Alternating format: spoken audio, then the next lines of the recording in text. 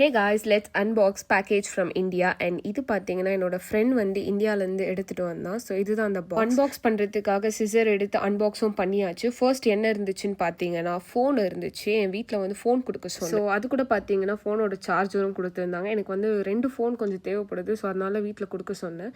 And அப்புறம் பார்த்தீங்கன்னா skin care products தான் கொடுக்க சொன்னேன். என்னென்னு பார்த்தீங்கன்னா first face wash and then sunscreen is ரொம்ப இம்பார்ட்டண்ட்.